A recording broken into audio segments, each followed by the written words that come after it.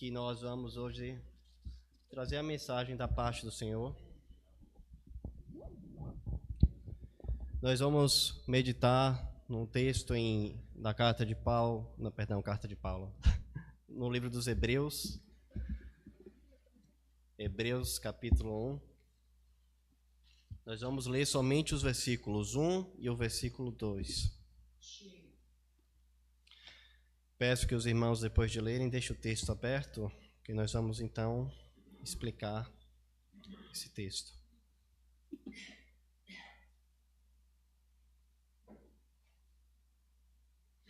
Hebreus 1, nós leremos os versículos 1 e 2.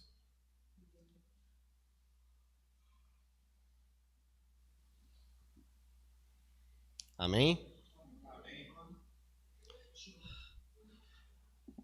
Havendo Deus outrora falado muitas vezes e de muitas maneiras aos pais pelos profetas, nesses últimos dias nos falou pelo Filho, a quem constituiu herdeiro de todas as coisas, pelo qual também fez o universo.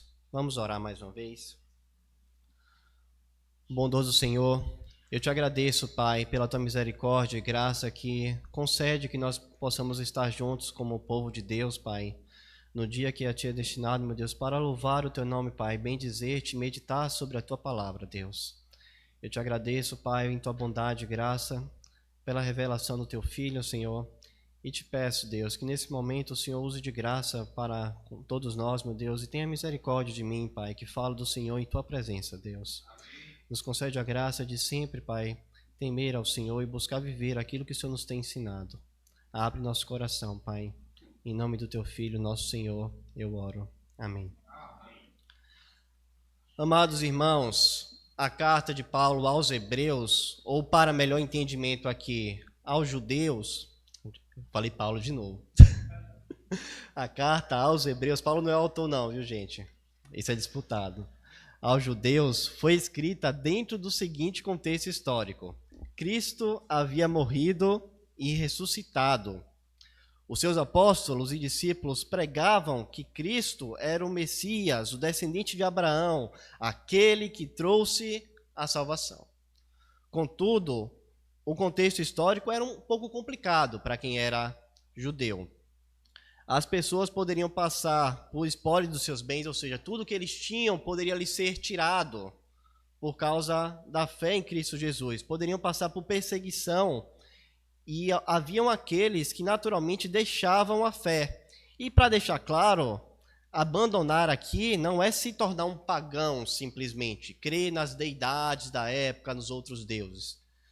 Eles simplesmente estavam pedindo para que a pessoa, além daquele Deus, aceitasse outras coisas, né? Mas aqui, os judeus, eles achavam que tinham a opção de simplesmente voltar aos ritos judaicos, porque eles tinham permissão para exercer a fé judaica.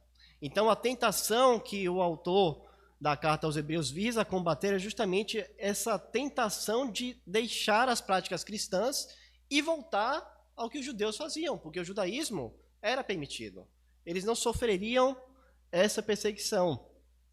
Alguns judeus, eles chegaram a pensar em colocar Cristo dentro do judaísmo e assim exercer livremente a sua fé, sem a perseguição do Estado. Esse aqui é o contexto dessa carta que o autor dos Hebreus tem em mente. A gente não sabe quem foi, mas a gente tem algumas coisas sobre essa carta. A carta ela é chamada de palavra de exortação. Lá no capítulo 13, 22 está marcado esse termo. E esse termo, palavra de exortação, quer dizer que isso é uma pregação. Então essa carta ela foi escrita como uma pregação. Você vê aqui como eram as pregações antigamente, né? Uma pregação de 13 capítulos, extensa, profunda. Isso aqui foi uma pregação que foi escrita. E o tema dessa pregação, que também vai ser o título da mensagem, é Cristo é superior. Claramente esse é o tema do livro de Hebreus. Cristo é superior. Superior ao quê? Superior a todas as alianças passadas, como elas se revelavam, superior à lei cerimonial. Cristo é superior aos anjos, Cristo é superior a tudo. Cristo é superior, esse é o tema da mensagem. Em dias que Cristo não parece ser suficiente e as pessoas têm ídolos próprios, intermediários, depositam sua fé na força do próprio braço, essa mensagem é urgente. Então vamos começar, eu vou dividir essa mensagem em 2 pontos.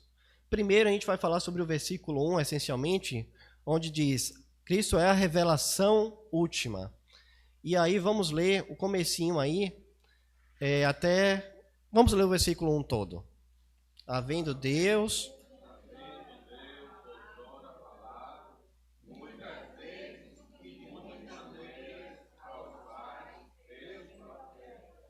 Amém.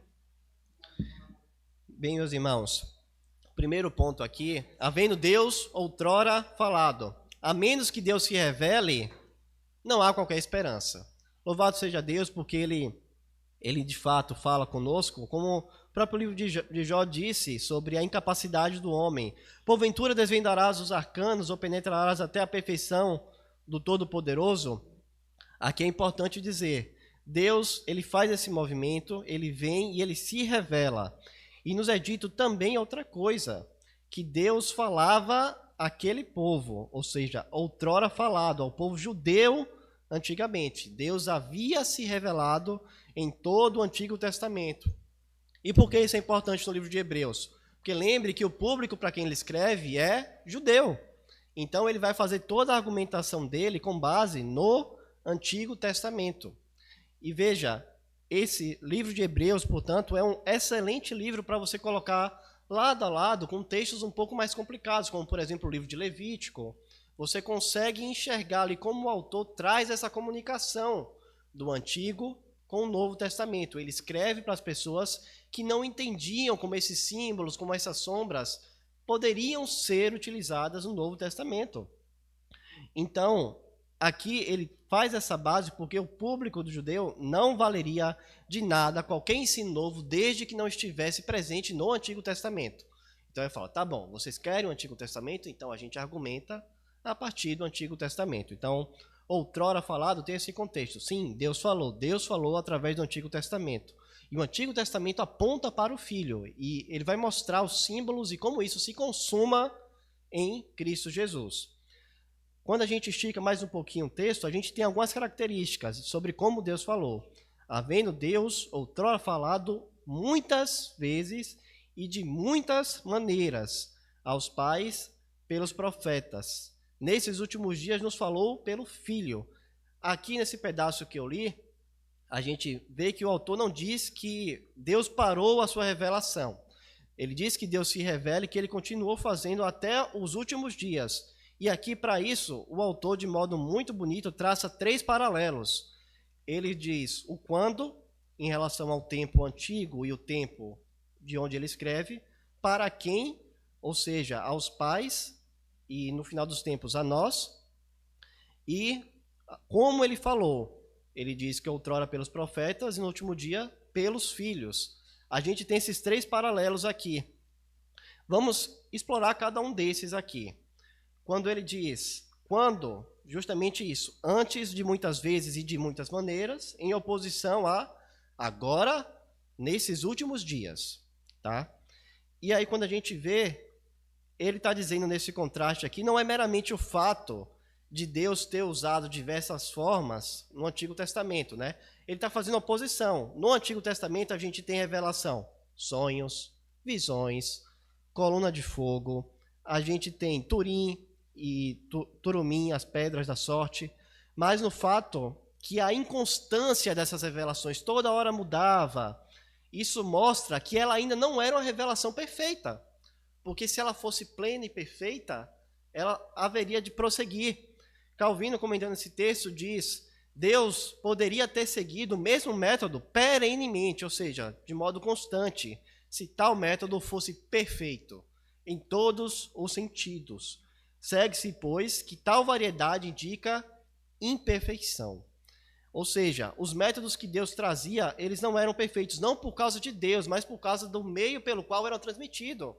Transmitido através de homens imperfeitos, não era a revelação plena do Pai, como nós temos no Filho. Então, Gênesis, em toda a sua beleza narrativa de criação, queda e indicativo da redenção vindoura, ou mesmo já lá para o fim com Esther, e sua fé corajosa no Deus invisível e provedor, o livro de Lamentações e o seu povo em sofrimento, recebendo a punição dos seus pecados, depositando esperança nas promessas do justo juiz. Em todo o Antigo Testamento existem apenas ecos, sombras, expectativas, tipo, nós não temos uma revelação perfeita e completa do Filho no Antigo Testamento. Pedro escreve, lá em 1 Pedro 1,10, justamente isso. Foi a respeito desta salvação que os profetas indagaram e inquiriram, para os quais profetizaram acerca da graça que a vós outros foi destinada. Então, todo o Antigo Testamento tem tipos, sombras que apontam para a vinda do Senhor. Ele sim é a revelação plena de Deus. A revelação do Antigo Testamento, então, ela progressivamente anunciava a vinda de Cristo. E por isso também que o texto diz que a sua vinda, ela marca o que a gente conhece como os últimos dias, o fim dos tempos. Ou seja, o fim dos tempos, meus irmãos, ele já começou. Ele começa quando o Filho de Deus, o Deus encarnado, vem à Terra. Isso já marca o fim dos tempos. As diversas formas, as diversas sombras que convergem em Cristo, e quando ele vem, então a sombra deixa de existir. Nós olhamos para o próprio Filho. A revelação de Deus, ela está completa e perfeita em Cristo, como o próprio autor vai dizer um pouco mais à frente, que Cristo, ele é a exata expressão do ser de Deus, ou seja, tudo que Deus é, nós podemos ver em Cristo. Tudo que Deus é, em Cristo se faz presente. O contraste aqui, ele não coloca Cristo como uma forma a mais. Não, Deus agora trouxe mais uma forma de vocês vê-lo. Ele traz o Filho como uma revelação última. Cristo é a palavra última de Deus. Cristo é a exata expressão do ser de Deus. Agora, o segundo ponto, nós falamos quando, onde nós fizemos o contexto. Nós falamos antigamente e depois quando a gente falou nos últimos dias, no tempo de quem fala. Agora, para quem? Eles primeiro falaram aos pais e depois a nós, aí no texto. Vale lembrar que quando se fala aos pais aqui, eles estão falando do povo judeu. Então, falou, revelou lá aos pais, porque da descendência do povo judeu, dentro daquela descendência que vieram os profetas, de onde a escritura foi dada para que eles o recebessem. Então, falou anteriormente aos pais e agora ao povo judeu da época, mediante o Filho. Então, esse contraste aqui, ele está no texto, mas ele é quase indistinguível dos outros dois. Porque o principal ponto aqui é simplesmente dizer, olha, Cristo, a revelação de Cristo, não estou contradizendo nada do Antigo Testamento. Deus falou através dos pais. Mas nos últimos dias, ele falou, e ele falou pelo Filho. Ele não havia terminado essa revelação nos pais. Ele está dizendo, Deus continuou falando e se apresentou de uma vez por todas em seu Filho. No período que a carta era escrita, isso havia acontecido. Cristo acabava de ter sido morto pelos nossos pecados e ressuscitou. E era essa mensagem que estava sendo pregada. E agora, o terceiro ponto desse primeiro versículo é o como. Ele falou outrora pelos profetas e nesses últimos dias, o agora para quem está lendo, pelo Filho. Veja, meus irmãos, temos grandes homens no Antigo Testamento. Grandes homens pela graça de Deus. Temos Abraão, temos Moisés, Elias, Isaías, Neemias, Daniel e por aí vai. Mas como o próprio texto diz, lá em João 3, quem vem das alturas certamente está acima de todos. Quem vem da terra é terreno, fala da terra. Quem veio do céu está acima de todos. Nesse versículo que nós lemos de Hebreus, a gente tem aqui Cristo colocado como acima de todos os profetas. Já de cara, ele abre o texto dizendo, Cristo naqueles dias falou por meio dos profetas e agora é pelo Filho. Cristo está acima de todos os profetas. Como Paulo vai dizer na carta de Colossenses, ele é a imagem do Deus invisível. Em Cristo, meus irmãos, agora nós temos plenamente a revelação do Pai. Lutero comenta, quando ele lê sobre esse texto, dizendo, se a palavra dos profetas é aceita, devemos nos apegar muito mais ao Evangelho de Cristo, visto não se tratar de um profeta. dirigindo-se a nós, mas o Senhor dos profetas, não servo, mas um filho, um anjo, não anjo, mas o próprio Deus. Veja, meus irmãos, toda a palavra de Deus é inspirada, mas a ênfase aqui nesse texto, que é a ênfase que o autor dos Hebreus quer dar, é: vocês não devem voltar simplesmente ao que era revelado no Antigo Testamento, porque Cristo é superior. Cristo é a consumação dessa palavra. Essa palavra foi escrita para revelar a Cristo. Não simplesmente se esqueçam dele e olhem para essas coisas. Esse primeiro ponto que a gente desenvolveu, com base no versículo 1 de Hebreus, ele diz exatamente sobre a revelação última. Então, Cristo é aquele para qual a revelação caminha, em tempos antigos, depois ao povo que lia essa carta. Cristo está acima dos profetas, mas nós temos ainda um segundo ponto, que vai ser melhor desenvolvido no restante do versículo 12. Então, eu convido os irmãos a lerem o versículo 2. Nestes últimos dias...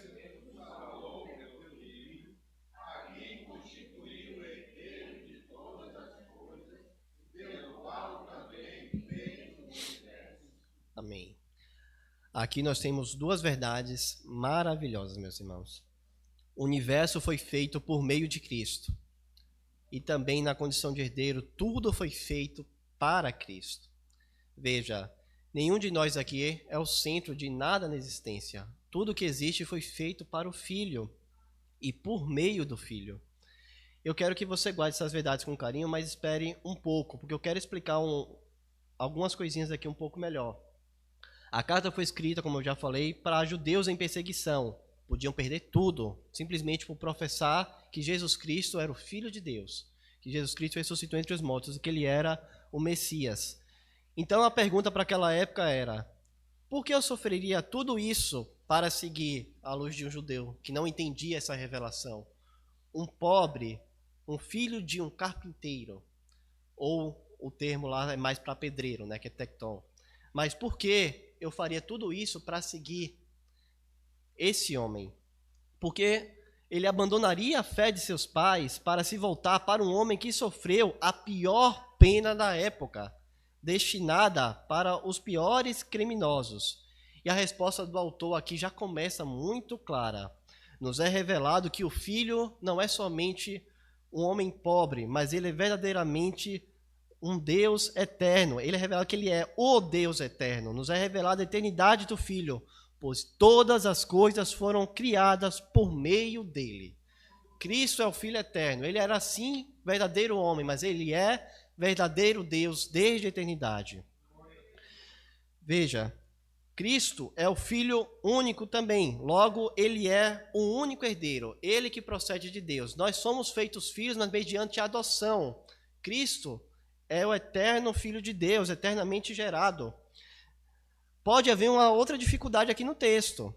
Como é que Cristo pode ser herdeiro? Eu digo para vocês, Cristo existe desde a eternidade. Tá, então como é que ele herdou alguma coisa, né?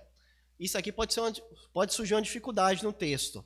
A resposta para isso está dentro do contexto cultural. Quando a gente fala sobre sociedade romana aqui, quando a gente fala sobre herdar alguma coisa, a gente não está falando dentro do que a gente pensa, de alguém morrer e aí recebe a herança. Dentro dessa sociedade, um filho, ele recebia então o nome do pai, tinha o poder otorgado e os direitos otorgados, quando entendia-se que ele tinha aptidão para exercer a função. E veja, função como? O pai é carpinteiro, o filho aprende o ofício do pai, está ali junto, então ele é designado herdeiro, então quando ele está apto a fazer aquela profissão. Dentro do contexto aqui do autor de Hebreus, o que está sendo proposto, então, não é que está sendo questionada a eternidade de Cristo quando diz que ele é herdeiro, mas está dizendo que o propósito dele se tornou manifesto no seu ministério. Cristo é o herdeiro de todas as coisas porque ele cumpriu perfeitamente a lei. Ele suportou a cruz. Deixemos que João descreva um pouco mais desse ofício de Cristo aqui em Apocalipse 5. João diz: vim da mão direita daquele que estava sentado no trono um livro, escrito por dentro e por fora, de todo selado com 7 selos. Vi também um anjo forte que proclamava em grande voz: quem é digno de abrir e lhe desatar os 7 selos? Ora, nem no céu, nem sobre a terra, nem debaixo da terra, ninguém podia abrir o livro, nem mesmo olhar para ele. Eu chorava muito, porque ninguém foi achado digno de abrir o livro, nem mesmo de olhar para ele. E aqui a gente tem: todavia, um dos anciãos me disse: não chores. Eis que o leão da tribo de Judá, a raiz de Davi, venceu para abrir o livro e os 7 selos. Lá no versículo 9 é dito: digno és de tomar o livro e de abrir-lhe os selos, porque foste morto e com teu sangue compraste de Deus os que procedem de toda tribo, língua, povo e nação. Cristo é o herdeiro de todas as coisas porque ele cumpriu cabalmente o seu ministério. Ele foi criado ele procede do Pai eternamente, desde o princípio, e procedendo do Pai sempre. Cristo, Filho, igual Deus, Senhor sobre todas as coisas. Ele encarnou-se e, fazendo-se homem, ele fez-se obediente à morte, morte de cruz. Sendo verdadeiro Deus e verdadeiro homem, ele recebeu a culpa que cabia a nós. E recebendo a culpa que cabia a nós, ele foi reconhecido como herdeiro, porque ele cumpriu aquilo que Deus e ele haviam acordado em seu conselho eterno. Amados irmãos, Cristo é superior. Ele é superior aos profetas.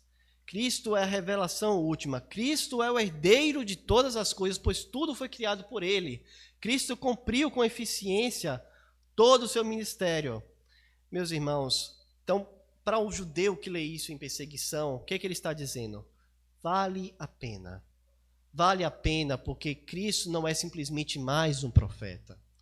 Cristo é aquele que, por excelência, é a encarnação da palavra de Deus. Ele é o verdadeiro Deus, ele não é apenas um homem. Cristo é a revelação última. Cristo é aquele que traz a mensagem de Deus. Cristo é a imagem exata do ser do Senhor. Então, não voltem atrás, como o autor vai dizer mais à frente.